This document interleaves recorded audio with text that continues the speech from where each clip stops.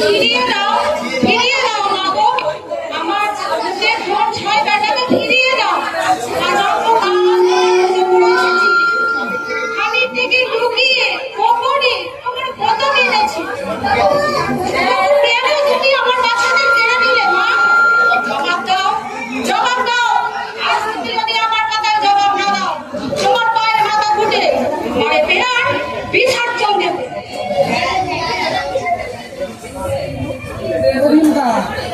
সদকা খাবো মা। কে ডাকে আমার মা বলে? আমি সদকা, শিবনন্দিনী পদ্মাবতী। দেখো তোমার কাতর প্রার্থনায় সইতে না পেরে স্বয়ং ছুটে এসেছি। জয় মা মেজৌরি, জয় মা। বলো সদকা, কি জন্য আমার আহ্বান জানিয়েছো? তুমি তো অন্তর্যামী, তুমি তো জানো আমার এই কষ্টের কথা। তুমি ভিন্ন, এই অভাগীর কষ্ট আর কে বুঝবে? আমাদের গোয়া বাড়ি ধনসম্পদ সব তুমি লুট করে নিয়েছো। আমি কোনো কথা বলিনি, কিন্তু আমার ছয় বেটা তোমার কি দোষ করেছিল তোমার চরণে? স্বামীর মহাজ্ঞান হরণ করেছো, যাতে তিনি কাউকে না বাঁচাতে পারে। সরকা চোখের সামনে কচি কচি বউগুলো সাদা থান করে ঘুরে বেড়াচ্ছে। একাদশীর দিন নির্জলা উপবাস করে খিদের জ্বালায় কেঁদে মরে। আর আমি আজ এখন অভাগী মা, তাদের চোখের সামনে রাঙা আলতা সিঁদুর পরে চার বেলা বাজ বাজ নিচ্ছি। এ তোমার কেমন বিচার মা? এ তোমার কেমন বিচার? সবই তোমার স্বামীর কর্মফল সনকা। আর সে যদি আমার সাথে বিবাদ না করতো, আজ তুমি তোমার ছয় বেটাকে নিয়ে ছুটে ঘর করতে। ওনার কর্মফল আমার ছয় বউদের ভুগতে হবে কেন? ওদের কি দোষ? সব ফিরে পাবে যদি তিনি তোমার পুজো করেন, তাই তো? আমি জানি মা, এ কথা আমি বহুবার বুঝিয়েছি, কিন্তু লাভ হয়নি তো। প্রাণ থাকতে এ পুজো করবেন না, সে সময়ই বলবে। এখন তুমি বলো, আমায় কেন আহ্বান জানিয়েছো? এ দুষ্টু, আমার ছয় বেটাকে এ দুষ্টু বস। অসম্ভব, আমার পূজা না হলে এ কার্য অসম্ভব।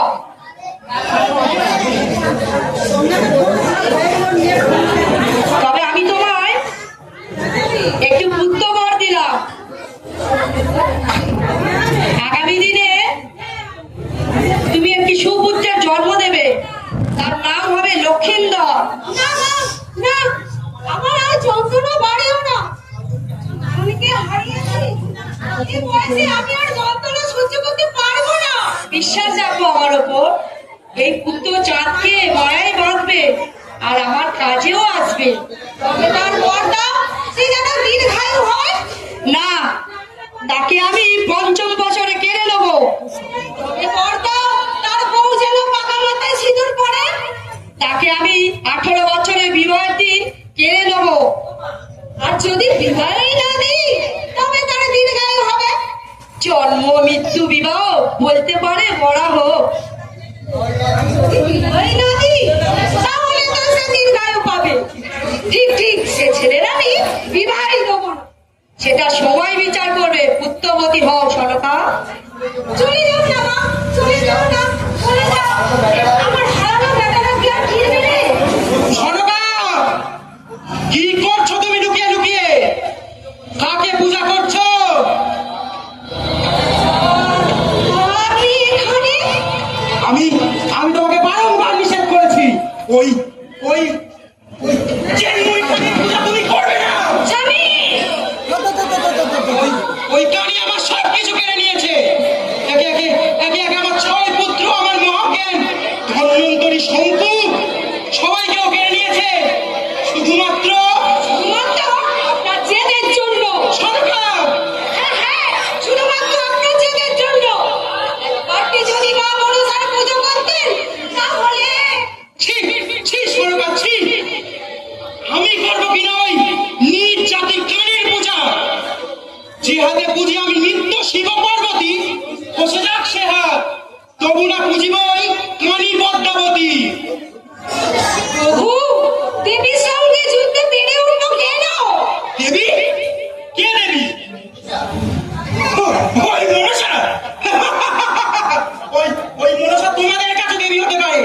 ওই পাতাল বাসিনী কুচক্রী মনসা আমার কাছে দেবী নয়।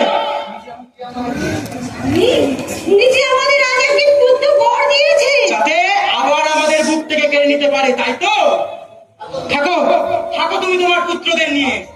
কাল সূর্যোদয়ের সাথে সাথে আমি দক্ষিণ পাটে যাবো বাণিজ্য যাত্রায়। স্বামী কবে আর বাণিজ্যে গিয়ে কে ভোগ করবে এই ঐশ্বর্য? আপনাকে বলে কি আর ভালো লাগে না গিন্নি, আর ভালো লাগে না। এই রাজ্য যেন আমাকে কুড়ে কুড়ে খেতে আসছে, মনে শান্তি নেই, আমার বুকটা ফেটে যাচ্ছে। যখন যখন ওই শিশু বউগুলো চোখের সামনে বিধবার বেশে, ভোলে না, এ তোমার কেমন বিচার? তাই তাই তো আমি ঠিক করেছি, কালই আমি সময় পণ্ডিতের হাতে রাজ্যের ভার দিয়ে বাণিজ্য যাত্রায় চলে যাব। মধুকর ডিঙা সহ আরো 11টি ডিঙা ভাসিয়ে দেব কালীদহের উত্তাল সমুদ্রে।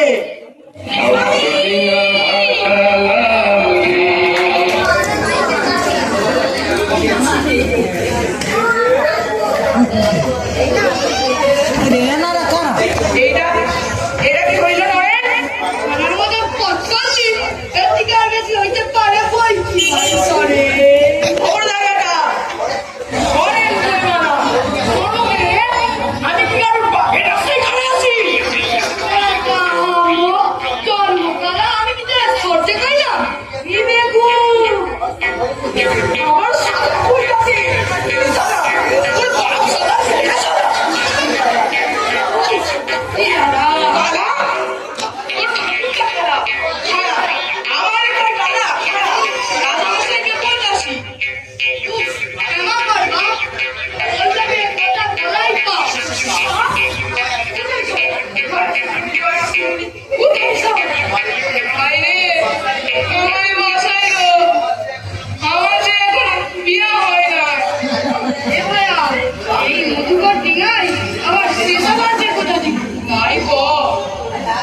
আমার তো এক্ষুনি হাতটা থেকে বলেছিল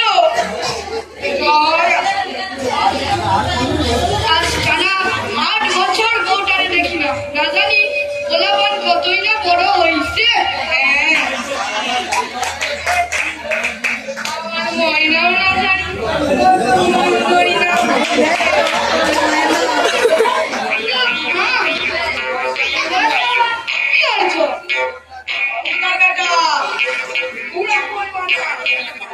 কি হয়েছে?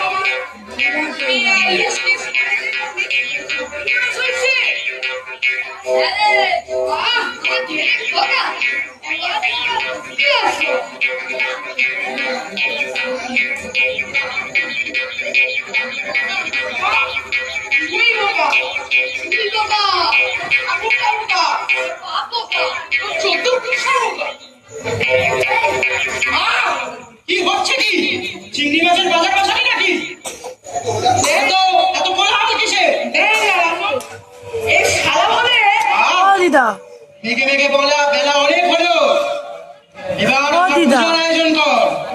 দীর্ঘ 18 বছর ক্রমাগত লক্ষ্মী লাভের ফলে আজ আমি চম্পকনগরীতে ফিরছি 14 ডিঙা মণি মাণিক্য নিয়ে। দাক্ষিণাত্যে সেরা দ্রব্যাদি চম্পকনগরী থেকে বিক্রয় করে দাক্ষিণাত্যে সেরা দ্রব্যাদি লাভ করেছি আমি। প্রভু ভোলানাথের পূজার আয়োজন কর। প্রস্তুত রাজন, যে বাত পূজায়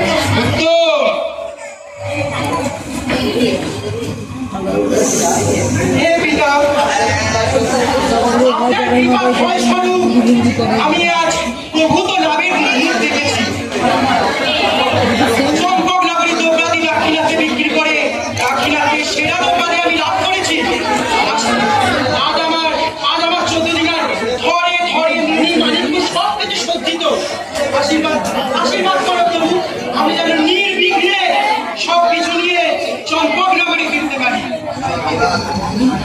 ওম নমঃ শিবায়, ওম নমঃ শিবায়। নিশ্চয় ফিরবে পুত্র, তার আগে যে আমার পূজা দিয়ে যেতে হবে।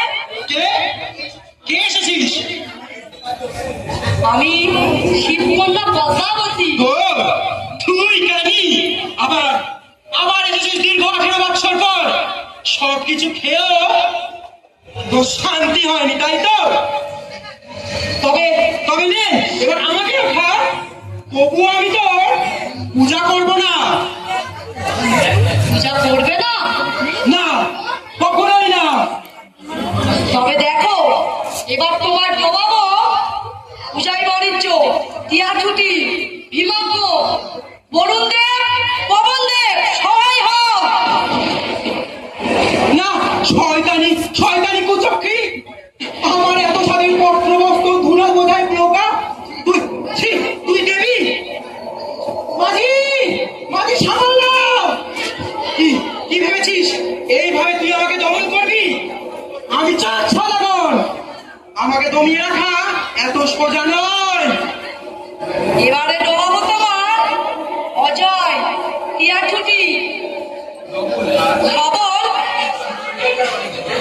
এবার ডোবাবো তোমার বাণিজ্য তরী। সোনা রূপা মণি মাণিক্য সব যায়, তবুও তোর পূজা আমি করবো না কুচক্রী, চেঙ্গুড়ি কানি। মনে রাখিস, আমি যতক্ষণ এই মধুকারে আছি এই ডিঙা তুই ডোবাতে পারবি না, কারণ কারণ তোমার পিতার পুণ্যে বর দিয়েছিল আমার পিতা। তাই যতক্ষণ তুমি ডিঙাতে থাকবে ততক্ষণ তুমি অক্ষত থাকবে, আর তুমি ডিঙাতেই যদি না থাকো, আবু আবু একটু বয়স শোনা কি ভেবেছিস এইভাবে তুই আমার পূজা গ্রহণ করবি? কখনোই না। আমি আমি ঠিক মহাদেবের নামে সাগর পার হয়ে যাব, কিন্তু কিন্তু তোর পূজা আমি করব না। যে রাখিস চেঙ্গুড়ি কানি। দাঁড়া বাবা, এই দুধটুকু খেয়ে যা, সারাদিন শুধু পাঠশালায় যাচ্ছে। আজ আর তোকে পাঠশালায় যেতে হবে না। আজ যে আমার জন্মদিন, তাই তো মা? হ্যাঁ বাবা, সোনার চাঁদ আমার, আজ আর পাঠশালায় যেতে হবে না। না মা গো, এই আদেশ তুমি করো না।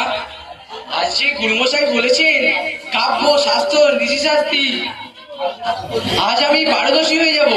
সেটা কি বাবা? কাব্যশাস্ত্র হলো আর্যাবর্তের এক গুরুত্বপূর্ণ অধ্যায় মা। ও তুমি বুঝবে না। সে আমি না বুঝি, আমি মুখ চক্ষু মেয়ে মানুষ, শুধু আমার লক্ষ্মীকে বুঝলেই আমি শান্তি। না বাবা, আজ আর পাঠশালায় যেতে হবে না। তোর পিতাশ্রী যদি এখানে থাকতো, সারা সমাজ এক করে দিত, আর কেনই বা দেবে না? আজ যে লক্ষ্মীধরের অষ্টাদশ বছর পূর্ণ হলো যে। আজ তবে 19 বছর পিতাশ্রী বাণিজ্যে গিয়েছেন। আচ্ছা মা, পিতাশ্রী কি আমায় দেখতে ইচ্ছে করে না? আমি তাকে দেখিনি সেই জন্ম হতে। আচ্ছা মা, পিতাশ্রী কবে ফিরবেন?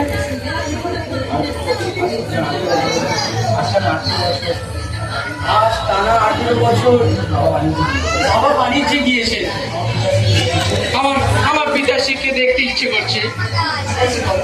পিতাশ্রী কবে ফিরবেন? ওনার কি ইচ্ছে করে না আমাকে দেখার? এটা কেন বাবা? তুমি যে আমাদের বেঁচে থাকার একমাত্র আশা ভরসা, তোমার মুখে দেখেছি তো আমরা বেঁচে আছি। যাক, বাদ দাও ওইসব কথা।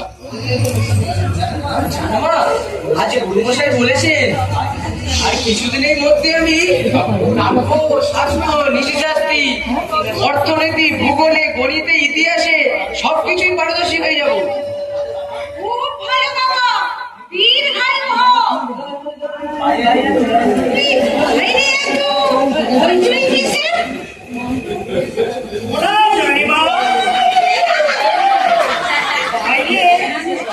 ভিখারি এসে বলছে তিনি নাকি এখানকার মহারাজা, কি নিজেকে চন্দ্রধর মণিক বলছে। কি? হ্যাঁ রানীমা, এই আমারও যেন যান যান, এগিয়ে তাকে ডেকে আনুন। আজকে রানীমা আজ টানা 18 বছর টানা পর 18 বছর হয়ে গেল, না কোনো পত্র, না কোনো সংবাদ,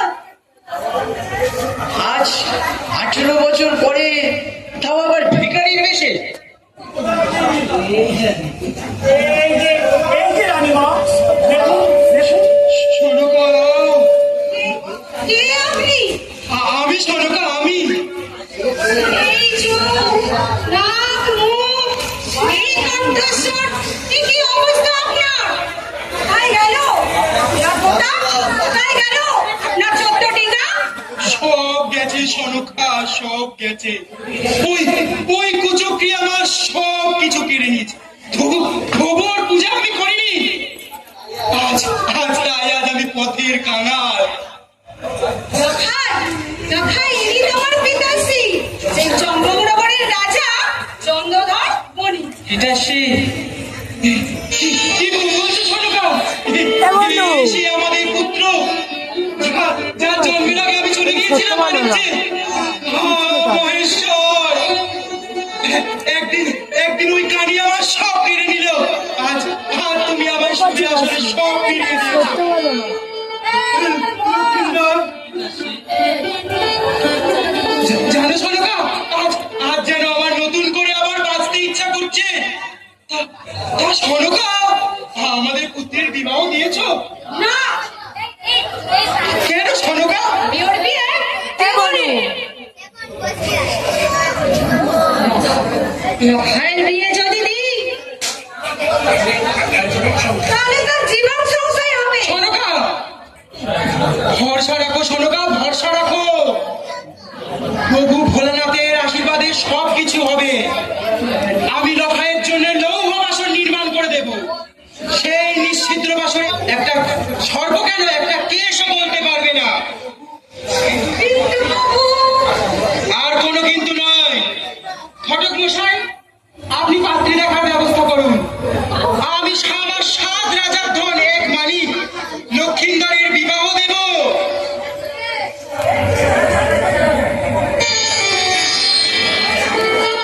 এটা আজ যে আমি ভীষণ খুশি। ওই টিলিক মাটি মার্শন তোমার কাছে? তুমি না আবার কেন মর্তের উপস্থিতি বুঝাতে পেরেছো? আর তাই তো তারা বলতে যে উপর বৃষ্টি ছড়িয়েছি, যাতে আমার ঘরে সন্তান সংসারে সুখে থাকে। এইভাবে আমাদের ভগবান হয়তো কাঁদটা আমার জন্য আয়োগী সুখের সংবাদ আছে। কি সংবাদ? আমার মনে হতো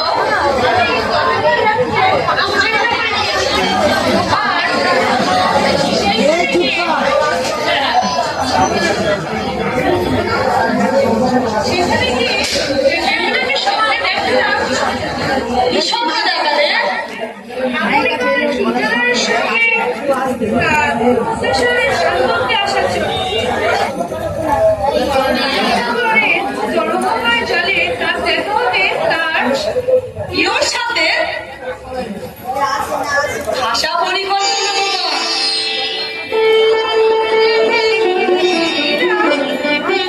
শেষে সকাল হয়েছে। আমরা শুনিতে গিয়ে প্রফেসরের সম্পর্কের কথা আমাকে বলেছে।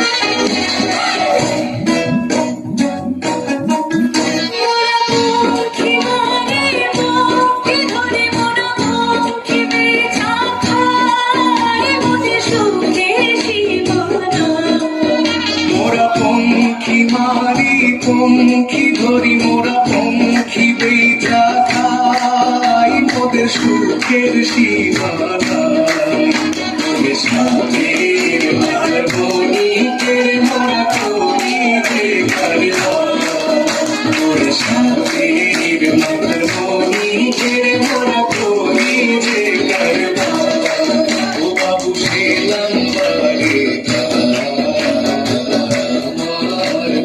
দয়া বাইদা বাবু বাড়ি পদা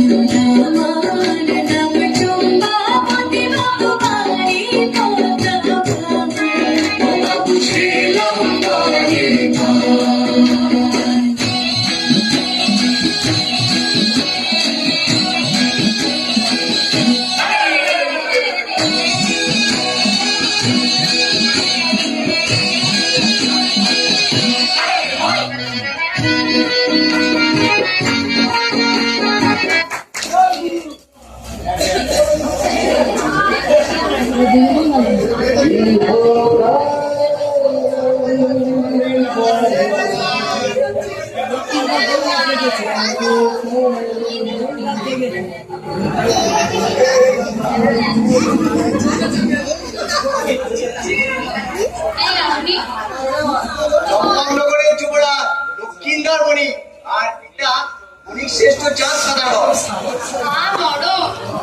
আমার তো কেউ কম কিসে তা উজানি নগরের বণিক কইল নাকি আর বণিক না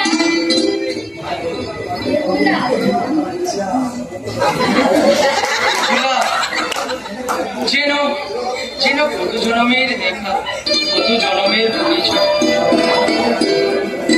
জন্ম জন্মান্তরের পরিচয়। জন্মান্তরেরই তো সত্যি। আমার মনে হয় আমি যে ছায়ামূর্তি ওর স্বপ্নে দেখি তিনি তো সে ওর স্বপ্ন যে সত্যি হয় সত্যি।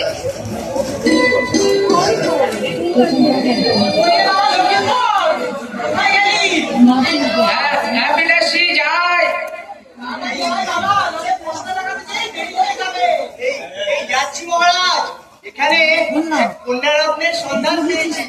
শুধু বাণিজ্যিক করে নিয়ে যেতে হবে ওই চম্পকনগরে। কি বলছো সখা? তবে আমরা আসি।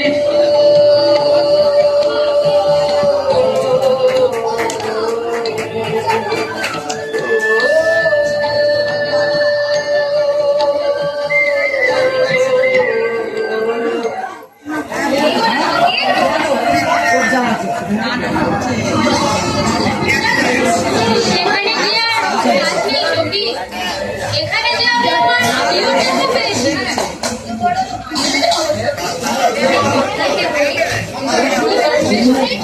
ভালো লাগছে না?